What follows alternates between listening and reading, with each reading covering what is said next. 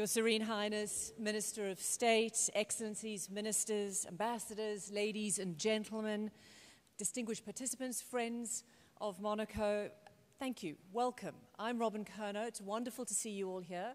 Great to see you as well. I am also South African, like somebody else that the Prince might know.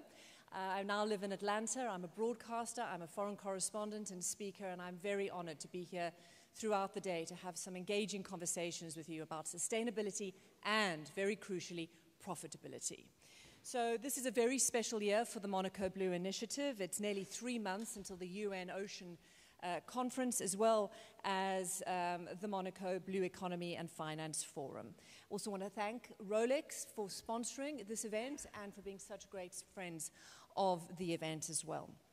So we have the great honor of having His Serene Highness Prince Albert of Monaco with us today. Your Highness, thank you very much for your presence here and your leadership on these very important issues. We're also privileged to have a room full of fascinating and interesting people, so I would like to acknowledge a lot of you who are sitting here today. Mrs. Isabelle Berra Amadei, the Interim Minister of State, Minister of Foreign Affairs and Cooperation from Monaco. His Excellency Bernard Frutrier, Plenipotentiary Minister and Special Advisor to His Serene Highness, the Sovereign Prince for the Environment. Ms. Céline Dagoni, Minister of Public Works and the Environment, Urban Development. Mr. Pierre-André Cepiori, Minister of Finance and the Economy. Her Excellency Ms. Yvette Lambin-Berty, State Secretary at the Princely Palace.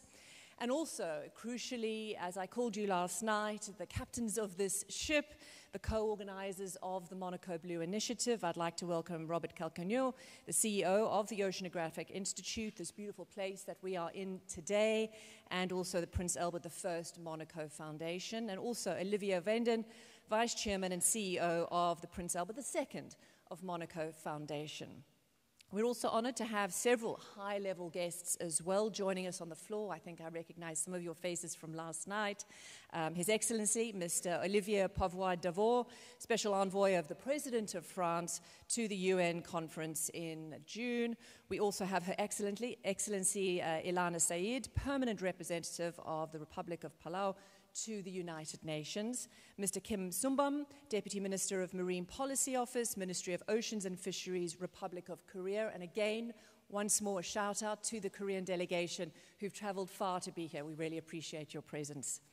Also, I would like to add His Excellency Jean d'Aussonville, the Ambassador of France in Monaco, Her Excellency Manuela Ruossi, the Extraordinary and Plenipotentiary Ambassador of the Italian Republic to the Principality of Monaco, Mrs. Nadia Berger, the Plenipotentiary Minister, Deputy Ambassador of the Canadian Embassy to France and Monaco, and Mrs. Jessica Hurakayo, the Consul General of the USA based in Marseille.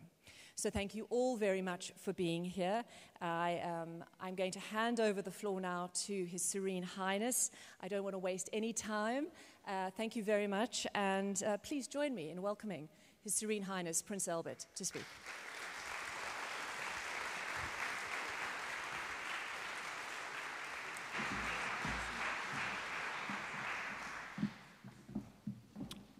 Thank you very much. Your Excellencies, distinguished guests, ladies and gentlemen, dear friends, thank you once again for joining us for this 16th edition of the Monaco Blue Initiative. This gathering is part of a well-established tradition, yet at the same time it is marked by several unprecedented developments. The tradition, of course, is the Principality of Monaco's long-standing commitment to the ocean, so beautifully embodied in this very room of the Oceanographic Museum. Since 2010, this initiative has been dedicated to bringing together a diverse and high-level group of individuals committed to ocean conservation, with the shared goal of addressing the key challenges facing our seas, how we can manage them, their economic importance, their preservation, and their future. What is unprecedented this year is, first and foremost, the international context, one of great uncertainty, with challenges as dramatic as they are concerning. Fortunately, it is also the prospect of several significant ocean-related events in the coming months. The Our Ocean Conference in Busan, Korea, the SOS Ocean Summit in Paris in just a few days, and the One Ocean Science Congress in Nice.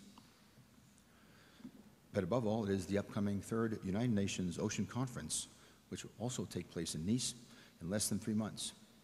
This will be preceded here in Monaco, as you know by now, by a major economic and financial event, the Blue Economy and Finance Forum. In the difficult global climate that I just described, these high-level events offer not just a fortunate coincidence, but a real opportunity to take action and regain some momentum. And this provides us with additional motivation. Since its inception, the Monaco Blue Initiative has been based on the recognition that cooperation among ocean stakeholders is absolutely essential. Political leaders, scientific experts, and economic players, only by working together can we take effective and appropriate action to enhance both ocean preservation and sustainable management. This equation remains more relevant, I think, now than ever before. And if the Monaco Blue Initiative remains crucial because neither national action, necessarily limited in the face of the vastness of our global ocean, nor multilateral efforts, often complex and difficult to mobilize, are sufficient on their own. Whatever the circumstances, we always need to have active participation of engaged individuals and organizations.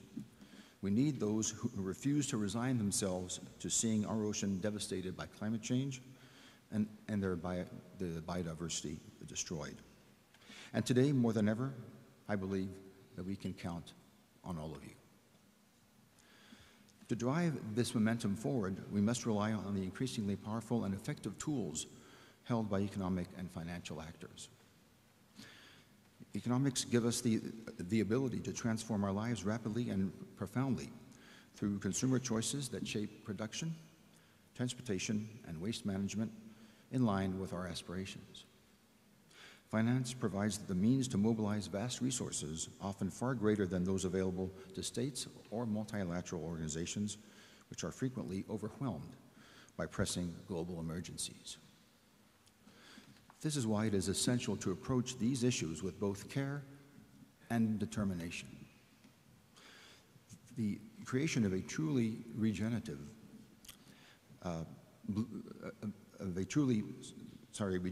blue economy, the mobilization of scientific expertise, the engagement of different decision makers in this year's key events, and the preparation for these milestones, these will be the central themes of our discussions here today.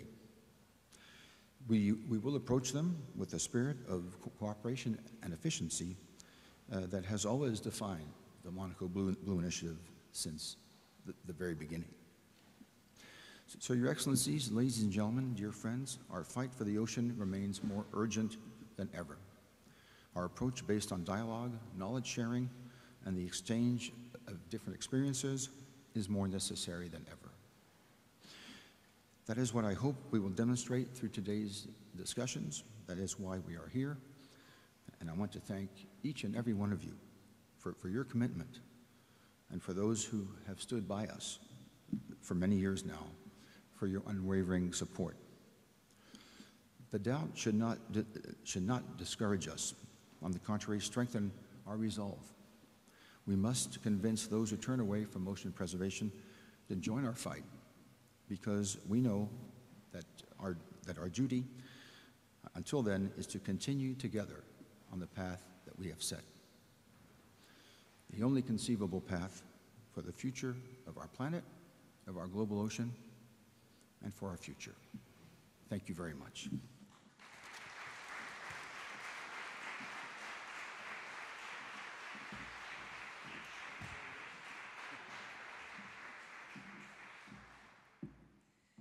Thank you very much, Your Highness. In case you want to be live tweeting while we're talking, I would like to give you the hashtags. It is Monaco Blue Initiative and MBI 2025. Just a note for you, Your Highness, just in case you also want to be live tweeting your way through this. So yes, so let's move on and let's get straight, as the Prince said there, to cooperation and efficiency. So I'd like to call up our first panel. Joining me on the stage to talk about a successful transition from a maritime to a regenerative blue economy is Daniel Hooft, Daniela Fernandez, Bertrand Charon, and Barker Mousset. Please join me. And while they are joining me on the stage, I'd like you all to look up, please. Have a look. Look at these extraordinary pieces of art that are on the ceiling. This building was built in the early 19th century, and each of these scenes depict some amazing feat of exploration by Albert I. And in many ways, please use these as references as to kind of the sense of what we're trying to accomplish and what we're mostly trying to protect. At the same time, look down now, if you don't mind, and on your table are these very detailed documents of the way the day is going to play out. Please sit down, please sit down. It is going to be informal and efficient, and so I'm not going to go through every single biography because all the biographies are there before you, and I know that you'll reach out individually to all of these guests if you feel like you'd like to meet them individually and get some work done as well. So let's crack on, and I do want to talk about the blue economy. And Daniel, I'm going to start with you because we were chatting just beforehand, and you've got this extraordinarily interesting example, and that is also something I think that is really key to this conversation, is really concrete examples of how solutions can work on the ground. And I'm coming to you first also because we have a great panel that is working a lot in Africa, and one of your projects is in Namibia. That is a place that I have spent a lot of time in as well. So tell me about what you're doing there. Thank you, Robin. So what we do, we're in Namibia, and we're there because of the Benguela current, which is probably the nutrient-richest current on the planet, with a very stable temperature, and so optimum conditions for growing the seaweed that we're growing. And basically what we do is we grow these forests of giant kelp, so plants that are 20, 30 meters tall and form a canopy, much like a rainforest. And we grow this in a very nature-mimicking way. So when you fly over or sail over our kelp forests, you don't see any surface infrastructure, you don't see any buoys. All you see is this canopy that extends soon to the horizon, we hope, and all the biodiversity that thrives within it. And so what we achieve with this is multifold. You get carbon sequestration, basically from parts of kelp that float away and then with currents eventually end up in deep water, and some of them make their way to deep ocean sediments, so a very long, permanent, blue carbon enhancing form of sequestration. Biodiversity boost, so every kelp forest that you swim in, what will occur to you is the enormous amount of life that thrives there, and essentially this is because you're providing structure and food, a trophic ecosystem, so you get all sorts of organisms that live there, take shelter, hunt each other, hide from each other. And that's what we're seeking to stimulate, particularly in terms of, for example, the hatchery function, where fish go and lay their eggs in kelp forests. Survival rates of those eggs are 100, 1,000 times higher than floating eggs. And so the ability of the ocean to regenerate from the excessive extraction of the fishing industry is enhanced quite significantly by these kelp forests. We then, in order to fund all of this, we repeat harvest the canopy. So we have sort of vessels that go through the canopy and take the top. Every 3 months that grows back, so they're very prolific growing plants. And we turn that biomass into a number of products. The primary one being a biostimulant, so something that you add to plants that boosts plant health, and on its side also has an enormous environmental positive in terms of reducing fertilizer usage, improving soil health, improving yields of plants in a non-chemical fashion. So we really see from A to Z a value chain of providing something that is meaningful, that is profitable, but that is also extraordinarily nature positive. And I need to stress this because it's not about doing less damage to the environment. We're well beyond that. We need to find solutions that actually help nature restore itself. And here we see, both at the beginning of what we're doing and at the end with the end products, we see that nice circular benefit occurring. Yeah, I think that's really interesting. And Daniela, for you, you've come out of the Silicon Valley. You work within sort of the tech world around innovation. Just what kind of new financial models are key here? What works? Is it blended finance? Is it blue bonds? Is it growth capital investing? I mean, how do we get to the nitty-gritty of Silicon Valley wanting to invest in a lot of these great ideas? Thank you. Well, first of all, thank you so much, Your Excellency, as well, for always leading in this space and for the Monaco Blue Initiative. I think that we all have to ground ourselves in the reality that not only do we have a tremendous opportunity here when it comes to shaping and regenerating the blue economy, but we also have a tremendous responsibility, because the people in this room are in essence transforming an industry that in the last 10 years was just developed. So I do want to focus ourselves on not only the opportunities, but also the transformative nature of the work that is happening here. In terms of how exactly are we going to bring that $3 to $5 trillion blue economy to fruition, the capital stack that is needed is multi-layered. So first of all, philanthropy and early stage investing, they have played a tremendous role in getting a lot of these early stage entrepreneurs into the fold. At Sustainable Ocean Alliance, we have invested in over 65 early stage companies that have exactly done that. We've de-risked them, we've enabled them, seeking very little to no returns, and just proving the fact that these enterprises could be profitable, but could also contribute to the regenerative blue economy. So that's one side of the capital stack. Then you go into actual VC financing. We are finally in the stage where VCs are backing these early stage companies because they're seeing profits, and they're also seeing the potential that these companies have to transform the industry. However, the next stage is where there is concern and where there's also opportunity, which is the growth stage of investing. Now that you have VC capital in this space, you need to be able to transform it to be PE and to be able to receive institutional investing. And that's the area where we're looking for $10 million, $20 million, $50 million checks, which we're simply not getting because there's still a lot of risk aversion from major multinational corporations and banks. And so what we need collectively as an industry is to de-risk and to get these institutions to understand, again, the opportunities and the challenges at stake, but also the transformative approach that we need to take.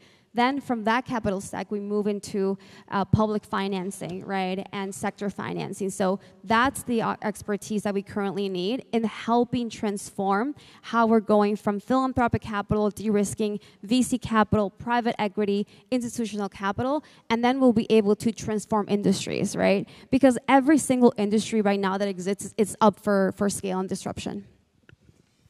Kind of want to go into starter mode, and I think, and founder mode. So it's about going back to the first principles, but at the same time, really working to grow, as you said. So Bertrand, Sharon, you're involved in aquaculture, which I think is one of the fastest growing. Am I correct? Fastest growing, not just seafood, but potentially in the future our own food.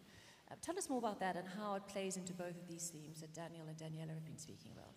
Yes, aquaculture is, now represents about 60% of seafood production worldwide. It's tipped over the 50% mark, and it's earmarked to be, of course, one of the largest food-producing sectors, never mind seafood. So our future really lies in the ocean, but what we see, and the reason ASC was born in the first place, was that growth of the industry certainly represents many opportunities, but it creates a lot of impact. Potentially, it does, and realistically, it will. So this is the conundrum that we're facing, is how to grow this industry, how to transform it so that we can remain not only sustainable, but in the context of RGE, regenerate what we've lost in the past. ASC was born in the 2000s, say, and after a decade of dialogues following from which ASC was born, one of the biggest impact at the time was the shrimp industry was destroying mangroves, as we all know. But we lost something like 40 to 50% of mangroves in the early 2000s. And this is the challenge that we're facing. Not only how do we go forward with that legacy, but how do we fix this? So yeah, this is just a landscape setting, but and in the next 10 years, agriculture production, the UNFAO predicts, will grow by 10%. That's 10% more impact. So let's make those impact beneficial is what we're here to do.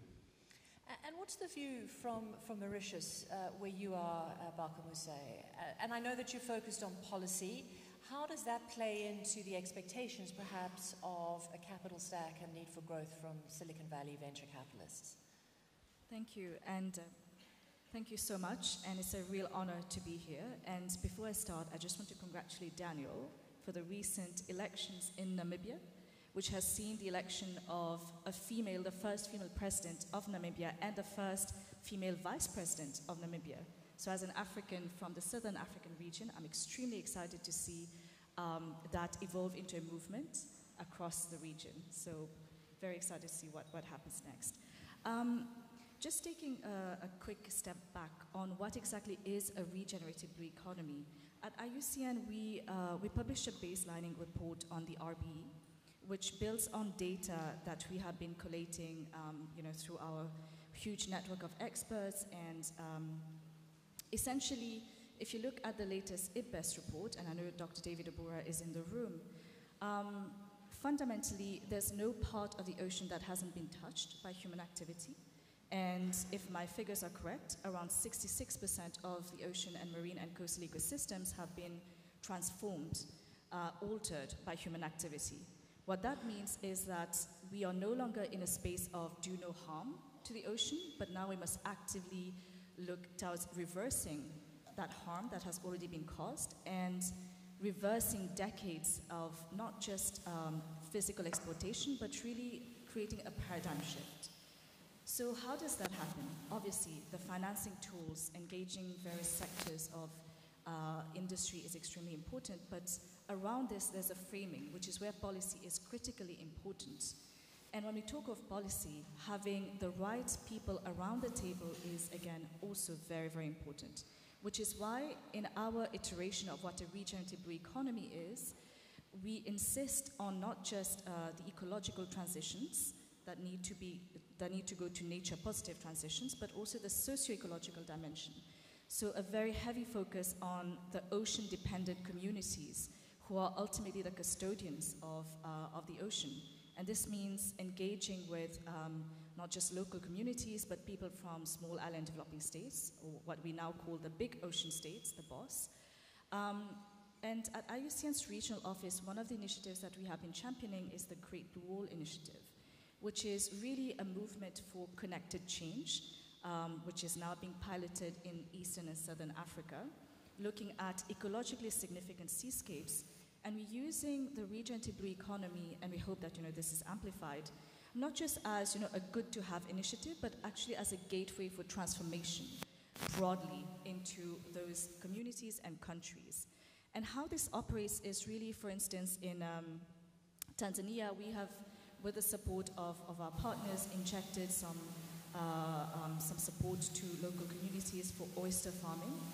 And it has had a very gendered effect in that the women have been able to save enough to start a secondary business. And Daniela, you mentioned a ticket size of 10 to 20 billion. This is something that women are doing with $10,000. So the scale is vastly different. At the same time, we recognize that having these small injections does not create lasting transformational change. So how to actually connect them to broader policy networks? And this is where we are very much looking at system-level change, creating pipelines of businesses and also creating the momentum for essentially policy, driving policy across the board. Recently, we had what we call the Regenerative Ocean Week, where we focus on one of the levers for this policy change, and that is science-to-business frameworks. We recognize that in the region, there are amazing scientists, amazing innovators who just need a platform, who just need the connection between what they're doing as research to the different business concepts that need to be applied and breaking down those silos. So with that, we are extremely insistent on the connections that need to happen. And on essentially reframing the regenerative blue economy as one of the pathways that countries can use to transform. And why this is important in the African context is that historically, the blue economy has been seen more as a sector rather than something that really needs high levels of investment.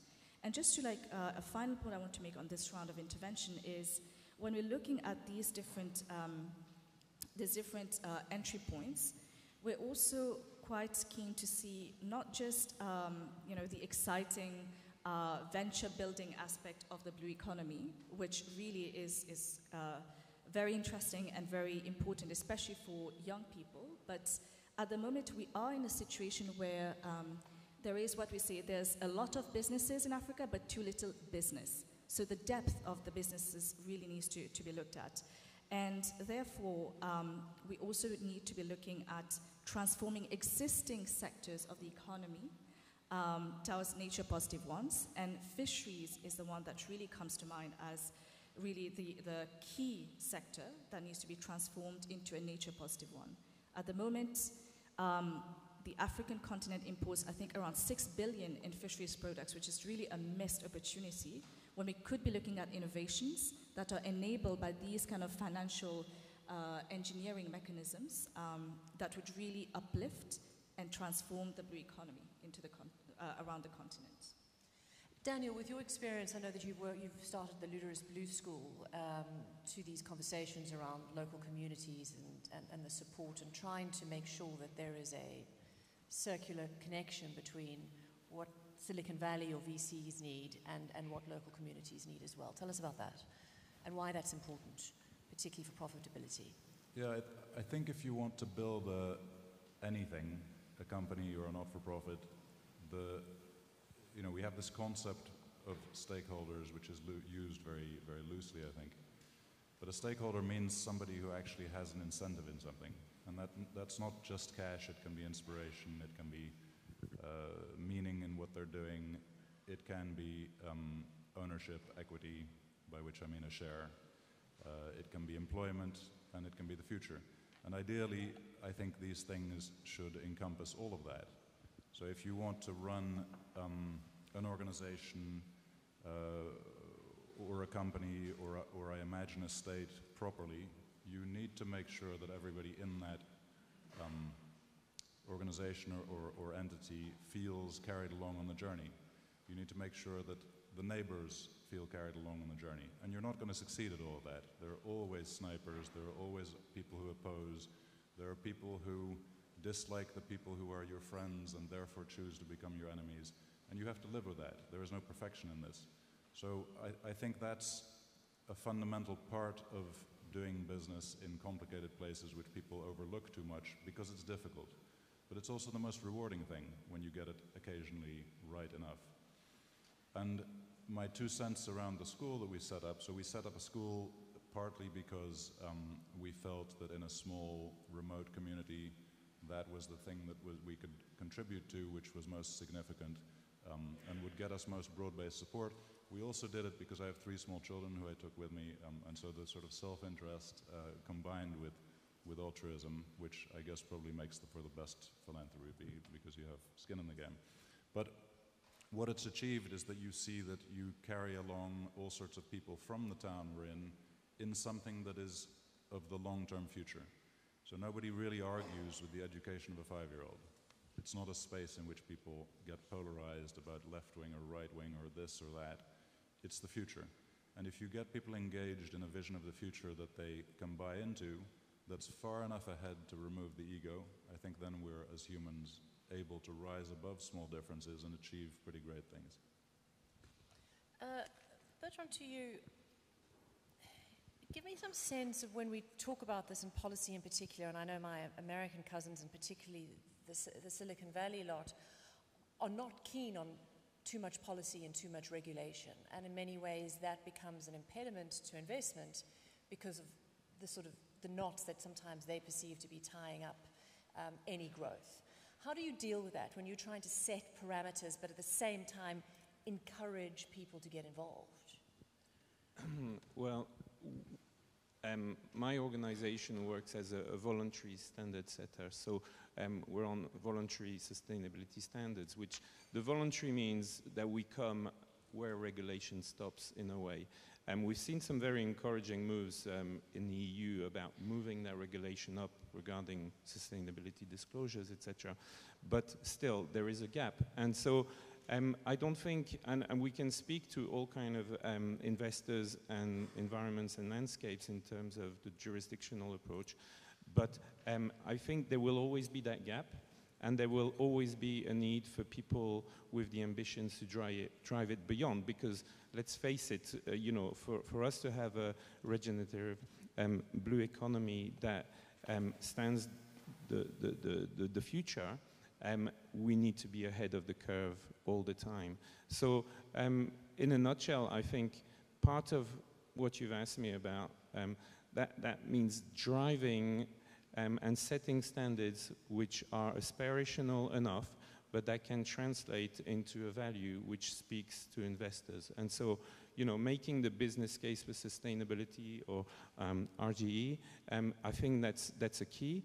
And for that, we need transparency to be out there. We need transparency on the data, on the performance at industry, at sector, at national or international level, because without those baselines, we can't really move from, you know, the tragedy of the commons where everybody jumped on the resources, exploited it, we lost information about what was done, how it was done, where we're at now, and where we need to go. And so, you know, this was a lose-lose scenario. We want to bring it into a win-win, and for that, we need data. And investors need data to measure and have their ROIs, etc. And nature needs to be valued. So we need to value what we have, and for that, we need to bring it down to the data and disclose it. And for you, Daniela, I mean, when you're hearing and listening to folks who are you trying to get a big money out of them, how off-putting is it when there is the need for a lot of policy/regulations, particularly the Americans right now, who have some of the deepest pockets when it comes to this venture capitalist stuff, when it comes to growth, and particularly also with innovation. Many people believe that you need to loosen those regulations and boundaries for there to be some sort of innovation when it comes to investment. How do you balance that? Well, let me tell you why I'm very optimistic about the future of our planet. And that's because there are thousands, if not, you know, soon hundreds of thousands of young people that are actually dedicating their life to bringing about solutions in this space, right? They are foregoing traditional jobs, foregoing traditional promotions and titles to create these new solutions, right? So you have this phenomenal human capital that is very, they don't have to be convinced anymore, right? That we have to solve these problems. All they have to do is be empowered and be funded and be scaled, right? So then you have the human capital aspect. Then you have all the technology that's at our disposal right now, right? Everywhere from, you know, the developments in AI, the developments in, you know, IoT technology, the innovation that's out there is not something that we have to necessarily improve. We just have to scale it because it already exists. And in terms of policy, right, this has to be a multi-sectoral approach, right? Policy is not going to solve everything, but you do need policy to change some regulations to then allow entrepreneurs and innovators to go in and build those alternatives, right? We saw the plastics problem as one of the biggest, you know, examples in case studies, right? Once we banned single-use plastics, then you had a bunch of companies that were coming up and they were creating alternatives to plastics. A fully sustainable ocean would deliver a net positive of over $15 trillion globally, which is a 15% boost to the GDP globally. And so that's what investors are looking at right now, right? They're looking at all these industries that are up for disruption. They're looking at the value that currently these industries are extracting from in a way that is not necessarily preserving the health of our planet. And they're asking themselves, what is going to happen once we actually regenerate and transform these industries to make it sustainable? Because we all realize that if we don't have a livable planet, we can't do business in it. And it's as simple as that.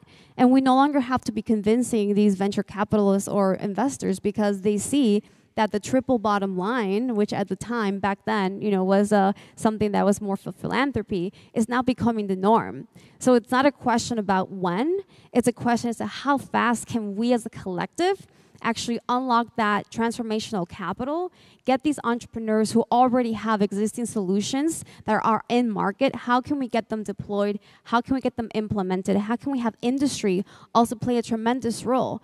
Where is the shipping industry, right? Where is the fishing industry? How are they not coming to us and letting us know what challenges are they facing and how can we match make those challenges with the entrepreneurs out there who are solving for those solutions? And so I think that's going to be the capital markets at work, where we can match make these solutions to the challenges and then scale them, because we all desperately need these companies and these entrepreneurs to be successful. How do you do that? How do you attract? I mean, you've spoken about this extraordinary talent. The will is there. How do you attract this scale and that investment? Ooh, big question. Sorry. Okay. I think it's really about channeling the resources that already exist to the right people and recognizing where the different ideas and innovations are. And I feel extremely strongly at the moment in this super year for oceans, there is a huge amount of conversation. Everyone has something to say about the Global South, which is where the repositories of marine biodiversity really are. And yet, I think we are doing a disservice to ourselves by not necessarily centering the stories from the Global South in conversations, especially related to finance. And I really believe that representation matters and optics also matter. When I first entered the space on the blue economy from a policy perspective, it took me a little bit of time to wrap my head around the jargon around finance.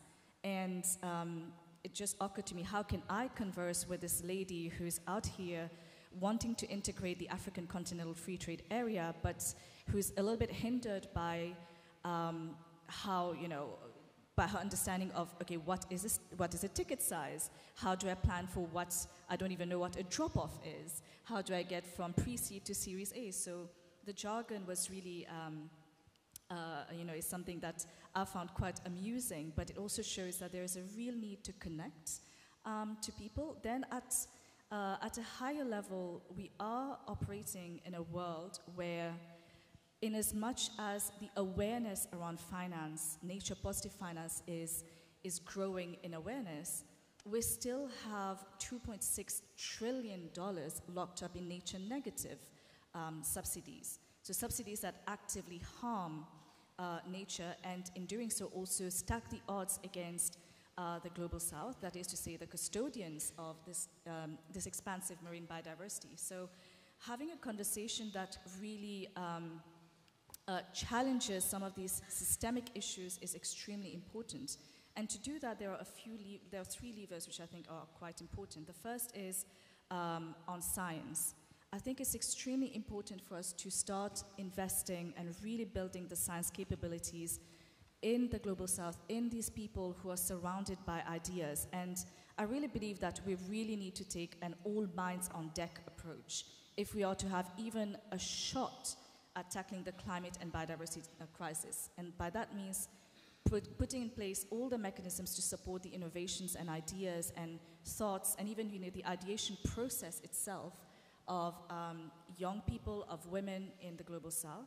The second lever is, of course, trade, which is, again, on the African continent, I'm extremely optimistic about the African Continental Free Trade Area, and I think there's a huge opportunity to identify pathways to green, or should I say blue, the CFTA. Already discussions are underway as to how to actually create pipelines and support women through something as basic as training them on SPS standards, as training them on post-harvest mechanisms, so that they can integrate the CFTA and really add value there. And the third dimension is, I think it basically has to do with how we create the synergies and break down the silos between science, policy, and industry. And this is where, again, not to re-emphasize why policy is important, creating the right incentives, the right whether it's taxation incentives, whether it's the right signaling, whether it's really creating the regulatory certainty and baking in equity into value flows is extremely important. And I really want to use the CFTA, but also the Great Blue Wall Initiative as sort of a pilot to achieve this. And finally, I think it's in the last few conversations that we've been having on the road to UNOC, there have been different silos in the conversations itself. One of the other hats that I wear is working on the BBNJ agreement, which is the Biodiversity Beyond National Jurisdiction agreements. And very often there's a question around, okay, how does BBNJ relate to blue economy? And my question is, how does it not? The BBNJ agreement was a big signal from the international community, from diplomats, from policymakers, that we are committed to multilateralism, that we are committed to coming together. And this time it's an agreement about 70% of the planet, 70% of the oceans. And the fact that people came together from the global south, from the global north, to agree on this, and now we are seeing this uptick on ratification, and we have representatives from the Republic of Korea in the room who are the latest to ratify. We see this commitment which is ongoing, and there is a policy basis to this. There's a commitment to equity baked into the agreement, and there are dimensions relating to capacity building and technology transfer, marine genetic resources, which all link back to the blue economy, in my humble opinion. So there is this commitment, and we need to be able to build on that, bring people from different parts of the world together, bring people from the global south to the table, and really run with it. So there is room for optimism at all levels. Bertrand, tell me, I know that you concerned and a big factor in terms of, again, trying to get funding into and scalability here is about de-risking the supply chains. And I know you mentioned that a bit earlier. What exactly does that mean, and how does it play into perhaps what Daniela is looking to achieve as well? Well, I think we can join the conservation and restoration world to the one of investment. We need that business case for sustainability, but if, from a consumer point of view, if you have those polls and we monitor various trends, they want sustainability. How much they're willing to pay for it, that's another matter. But reputation counts for the retailers, say. So we're working with the retailers to put some leverage on their production chains to make sure that those value chains are de-risked for their own sake, reputationally wise, because their stocks could suffer if something happened. So we're coming at it from an environmental concern and a social concern point of view, but they're coming at it from another one. Still, we can meet on that. And so de-risking supply chain and value chains is extremely important for, I guess, an investor. I'm not an investor. I don't know that world very well, but what I know of it is that they're constantly asking us for confirmation that that is a safe practice, that nothing bad is going to happen. I think you mentioned it's about control. Well, it's about de-risking and future-proofing, and this is, I guess, what we're all here about. So the CSRD, that Corporate Sustainability Reporting Directive in Europe, was at the behest of investors wanting more information about industries, not just agriculture and extractive industries, all sectors. And so investors need to have some visibility into the future so that they can have the trust that so we can play with that, from different angles, and that's what we're here to do. So we're pushing transparency, because also you need that social license to operate when you're a producer, when you're a fisherman, when you're a community, and you get that from engaging with your stakeholders. So, the idea is, there is a need to connect all these dimensions and to measure them and to have a level playing field where the data is out there, people can measure, we know where we stand now, we see where we want to go. And so, yeah, in a nutshell, I'd say, de-risking is future-proofing. Daniel, I know you wear quite a few hats. Just looking at this from somebody who was in the corporate world and now working on this environmental sort of focus on a very local level, what is the one thing that you think boards or CEOs need from the policymakers or the standard bearers, or even sort of tie-ups with sort of new innovation type companies? It's quite different depending on which country you're operating in. Well, exactly. So in Namibia, I think we're blessed with being in a small country. There are short lines. You need to get access to decision makers. It's relatively easy because you'll know somebody who knows somebody else. It's clean, it's straightforward. There's a very optimistic sense in Namibia, which I think is even stronger now with the new president, with some also younger cabinet members, in terms of all having a vision of the future that we want to work towards, rather than sitting in the sort of real and perceived grievances of the past. So in Namibia, we're in a very positive environment where if you sketch something that means something positive for the country, and you allow, obviously, people to contribute to that vision, then you'll get allies to get it done relatively rapidly. I think a lot of the rich world struggles with an excess of legitimacy, so to speak, which of course comes from a good space, but allowing every part of a bureaucracy and every part of NGOs and every part of society to have a voice in something is enormously stifling. And the unintended consequence is that when you're trying to do something new, it often is more difficult than doing the old. So I spent 20 years in the oil industry, and I think if you look at, for example, New Zealand or Alaska, where we are busy with licensing, it sometimes feels as if it's easier to get a new drilling permit than it is to go and do something as dangerous and difficult as doing a seaweed farm. And I think that's not right, because there's nobody actually in these countries who are against what we're doing. There are questions, there are concerns about some of the consequences, sure, but nobody's actually against it. So why is it taking 3 years? Why are you not making progress? And so there, I think there's a role for regulators to play, to be a lot more bold and a lot more forward-seeking. And of course that's difficult, because it's not the job of a bureaucrat to do something new. Their job is to implement what has been agreed at a political level. So it's a space where we understand the difficulty. On the finance side, I think a lot of discussions often forgo the fact that if you want something funded, the challenge is that it does have to be profitable. And I'm sorry, that sounds very simplistic, but... Well, that's why we're here. Yeah. And so... Because we can talk about this for another 16 years. I think the trick is to make this profitable and to make it attractive. Yeah, and so whenever we talk about funding something, the fundamentals of it having to be profitable have to be realistic. And then we can look at what we can do to squeeze the envelope in terms of allowing people to take a little more risk for things that potentially have a great outcome, and decide whether they're willing to do this in an unsecured way a little earlier. And you see that happening. So the fact that we have carbon impact, that we have biodiversity impact, means that we get interest from debt provision, for example, who might not give us a lower interest rate, but they'll give us debt a lot earlier than they normally would. And so we're launching this year, as an example, a blue bond, the first corporate blue bond in Africa. Yeah. It's a US dollar denominated blue bond, but it's on the Namibian Stock Exchange, not a very liquid stock exchange. I think there are 7 companies listed on it. Some months there's 1 transaction. but despite that, because it's small, it's very innovative.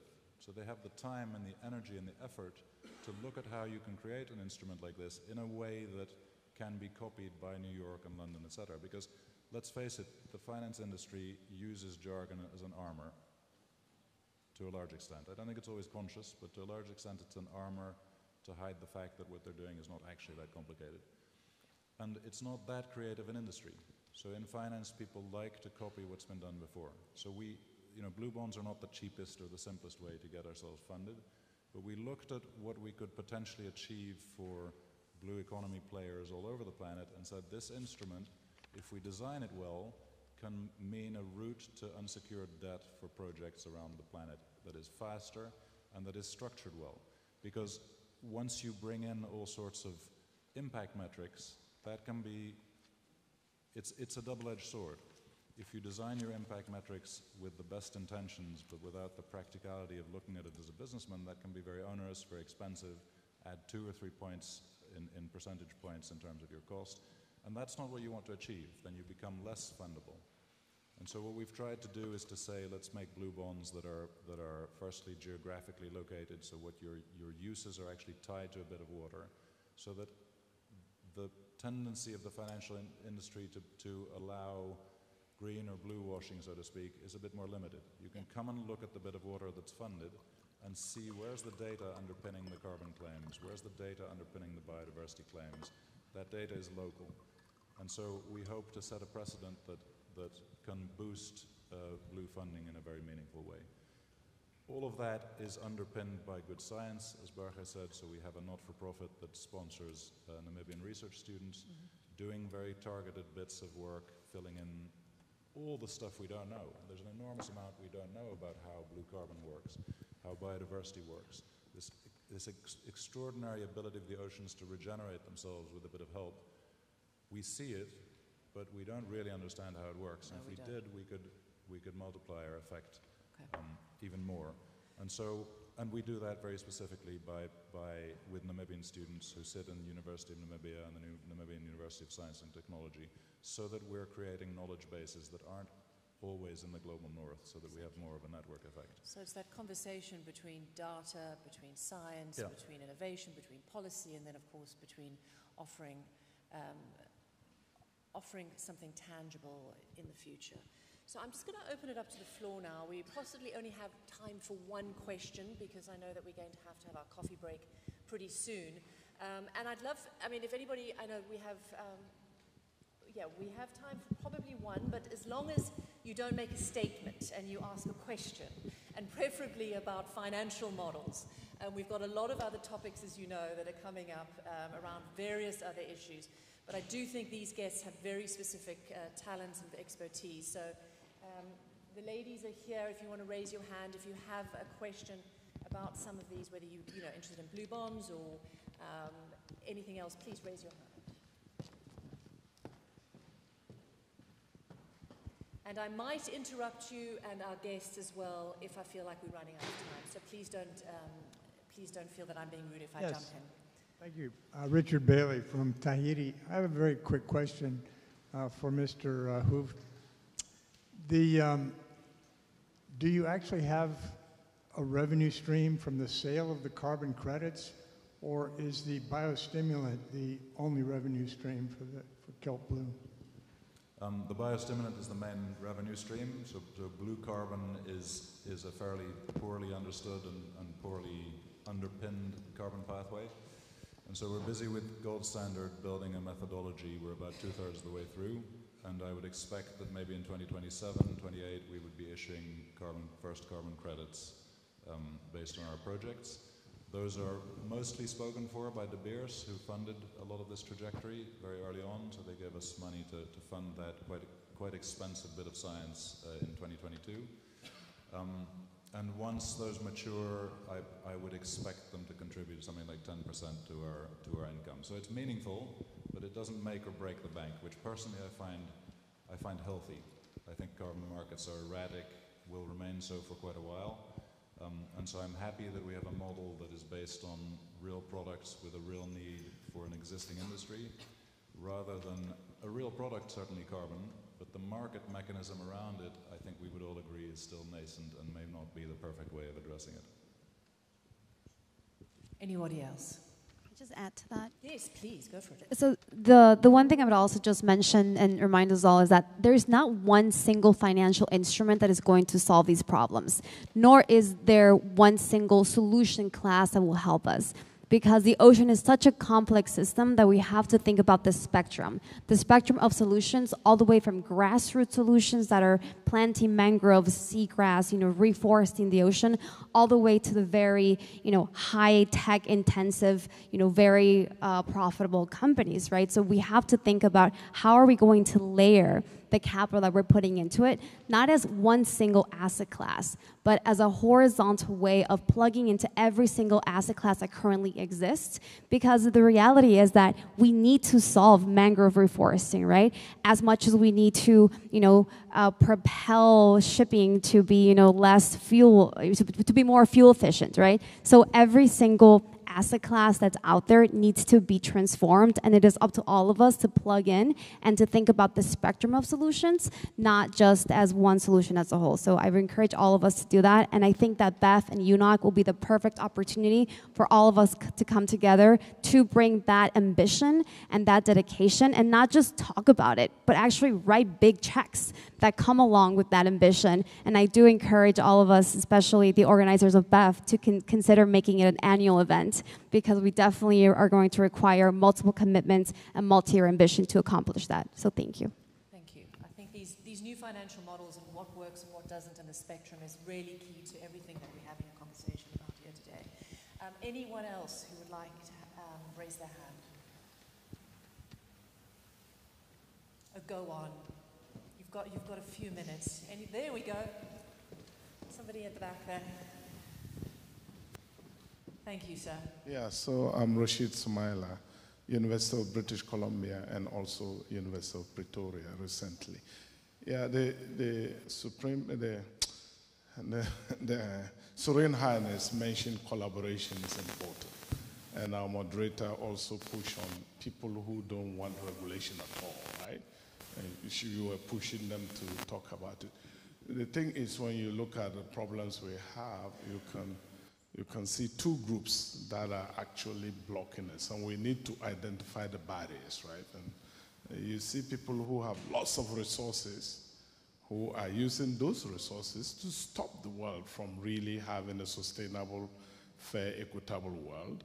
And you have people who are so poor, they cannot participate because they tell me, Rashid, we are talking about future fish. How about our people who are starving now? So we have to do this problem. We need to find a solution to deal with it. So I'm asking you, any one of you, if you can comment on that. Does this make sense, or what do you think? So I think that's a great question, because you look at, the fishing industry is much maligned, and we do understand that indeed it's subsidized to an extent that's sometimes mind-blowing, this industry that does so much damage that we're actually using taxpayers' money to support. When you live in a small community on the edge of the ocean and you see that 40–50% of the employment is created by fishing factories, you suddenly understand why we do this.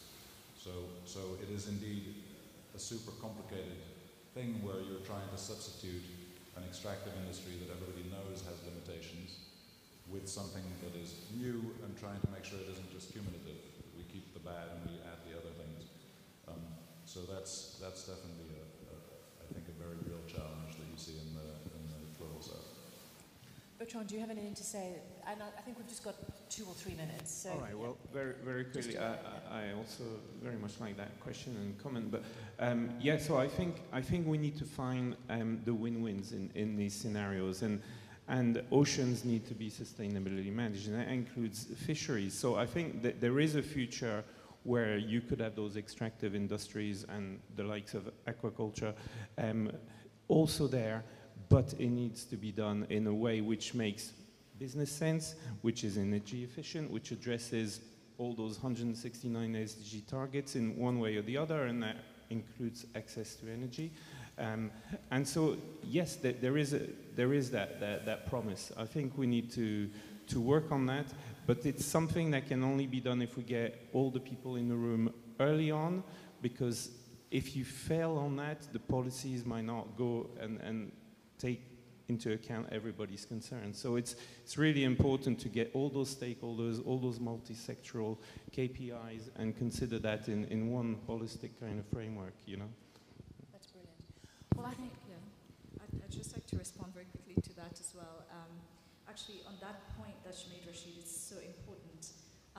And just, in the region, that disconnect is really also about us being open to identifying what are the solutions out there. So under the Great Blue Wall Initiative, again, just going back to that example real quick, one of the major projects that we are supporting through the help of FIFEN is on sea class, which is one of the least talked about ecosystems.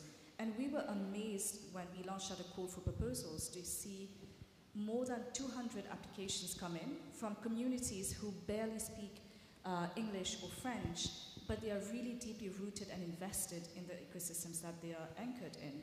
And from that, we realized that we really need to build up the connection between those communities to actual policy-making levels and provide some level of training, some level of business readiness to those communities to be able to tap into whatever pipeline of support comes their way.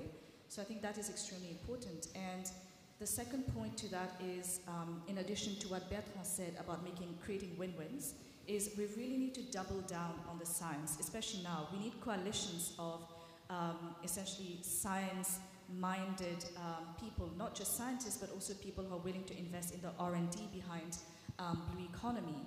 and make sure that it's extremely equitable and pegged to industry needs, nature-positive industry needs. And the final point, again, and I'll close on that, is, and this is my appeal of UNOC and BEF and the World Conservation Congress and all the important events coming up, is, again, let's not fail to center the voices of the people who are the custodians of the marine biodiversity upon which the regenerative blue economy is anchored. So, thank you. Okay. Well, on that note, I want to thank our panelists.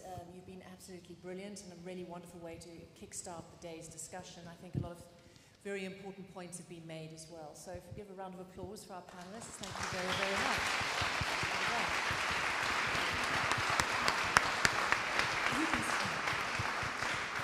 And I think we can start. So basically what's going to happen next, it's time for you all to say cheese. There's going to be a photograph outside. So if you'd like to sort of follow the instructions along the way, you can stand up, we can start moving out of the hall and go and take your photograph. After the photograph, there will be coffee, so you can have a much-needed shot in the arm on that, and then you'll see me back here for another conversation. Thank you so much to you all, and thank you very much to Your Highness as well for joining us.